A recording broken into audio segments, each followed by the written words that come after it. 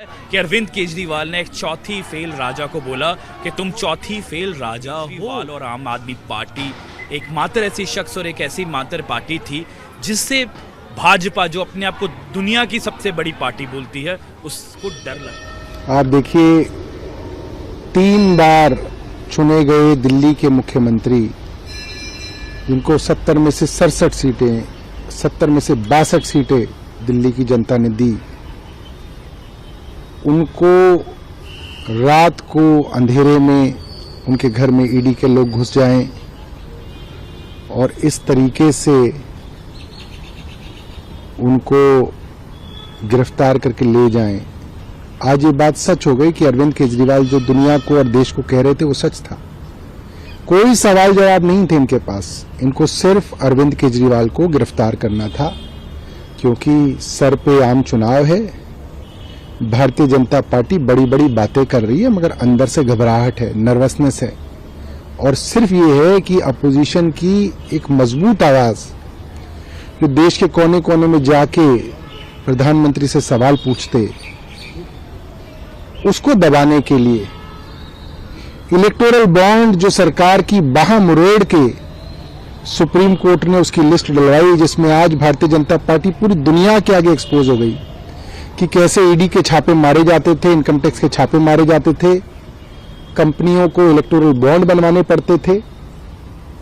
जिन जिन कंपनियों को बड़े बड़े ठेके मिले, उनसे करोड़ों रुपए, सैकड़ों करोड़ रुपए भारतीय जनता पार्टी ने लिए हुए हैं। साफ साफ क्विड प्रो को पैसे दे के ठेका लेना नजर आ रहा है। उसको दबाने के लिए आनंद फानन के अंदर मुख्यमंत्री जी को गिरफ्तार किया। कल पूरी दिल्ली सोई नहीं, कल पूरी दुनिया के अंदर I stand with Arvind Kejriwal, stand with Kejriwal पूरी दुनिया में नंबर 1 पे ट्रेंड कर रहा था। मैं धन्यवाद दूंगा सब अपोजिशन के लीडर्स को, चाहे वो राहुल जी हों, प्रियंका गांधी हों, अखिलेश यादव हों, MK स्टालिन साहब हों, ममता बनर्जी हों, शरद पवार हों, हजारों सामाजिक कार्यकर्ता हों, वरिष्ठ पुराने पत्रकार हों, वेटरन जर्नलिस्ट कहा जा सकता है, बुद्धिजीवी हों, आम जनता हो, जो प्यार उन्होंने अरविंद केजरीवाल जी के लिए दिखाया, मुझे लगता है कि वो उसके उदाहरण कम मिलते हैं। और ये जो केजरीवाल जी के साथ किया गया है, ये पूरा का पूरा अन्याय है।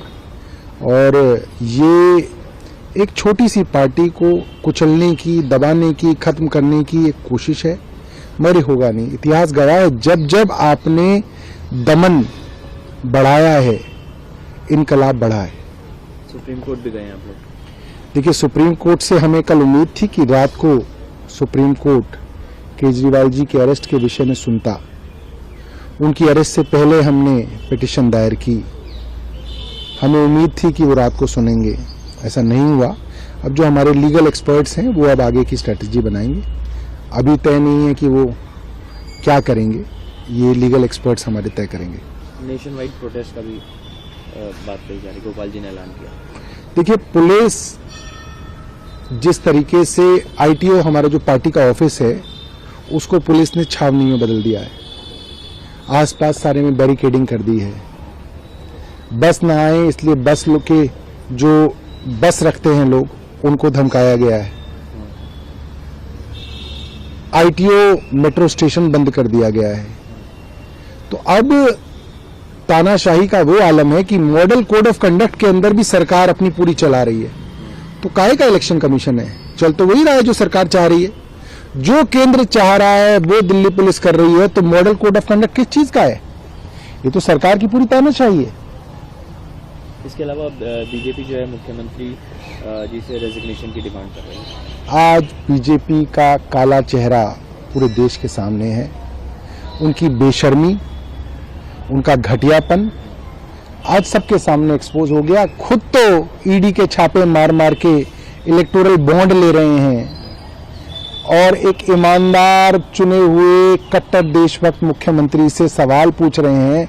उनको जेल में भेज के उत्सव मना रहे हैं, तालियां बजा रहे हैं, हंसी कर रहे हैं। ये बहुत शर्मसार करने वाली बात है। भारतीय जनता पार्टी के वो कार्यकर्ता जो आज ढोल बजा रहे हैं, जो आज खुशियां मना रहे हैं, उन्हें नहीं मालूम कि आज लोकतंत्र की तिलांजलि हो गई है, लोकतंत्र स्वाहा कर दिया है। असूलों पे जो आंच आए तो टकराना जरूरी है, अगर जिंदा हो तो जिंदा नजर आना जरूरी है। आज देश की राजनीति में अरविंद केजरीवाल और आम आदमी पार्टी एक मात्र ऐसी शख्स और एक ऐसी मात्र पार्टी थी जिससे भाजपा, जो अपने आप को दुनिया की सबसे बड़ी पार्टी बोलती है, उसको डर लगता था। वैसे तो भाजपा वाले बोलते हैं अगर नरेंद्र मोदी नहीं तो कौन, पर उनको पता है मन ही मन में कि अगर नरेंद्र मोदी नहीं तो वो हैं अरविंद केजरीवाल। और इसीलिए ये कोई शराब घोटाला, कोई केस नहीं है। केस क्या है? केस ये है कि अरविंद केजरीवाल ने एक चौथी फेल राजा को बोला कि तुम चौथी फेल राजा हो। ये कसूर है। और ये पिछले 2-2.5 साल से नरेंद्र मोदी रोज सुबह उठकर सबसे पहले ईडी से ये पूछते थे कल गिरफ्तारी क्यों नहीं हुई, मुझे आज चाहिए। 2-2.5 साल से उनकी यही मंशा थी और देश के हर देशवासी ये जानते हैं। पर मैं आपको बता दूं, जेलों को, किसी को जेल से डालने में कभी कोई ख़त्म नहीं होता। अरविंद केजरीवाल एक सोच है। अरविंद केजरीवाल वो सोच है जो देश के हम जैसे लाखों नौजवान पूरे देश में वो उनको फॉलो करते हैं और इससे पार्टी बढ़ेगी। दूसरा, आपने पूछा कि अब सरकार कैसे चलेगी। मैं आपको बताऊं, हमारे देश का संविधान ये अलाउ करता है कि कोई भी शख्स जो जेल में है वो एमएलए एमपी का चुनाव लड़ सकता है, और अगर वो चुनाव लड़ सकता है तो मंत्री और मुख्यमंत्री बन सकते हैं। अरविंद केजरीवाल जेल से बैठकर अपना राजधर्म निभाएंगे। वो दिल्ली के द्वारा चुने हुए मुख्यमंत्री हैं, 3 बार ही उनको चुना गया, और वो जो फाइलें जाएंगी अब जेल में बैठकर स्कूल बनेंगे, मोहल्ला क्लिनिक बनेंगे और अस्पताल बनेंगे।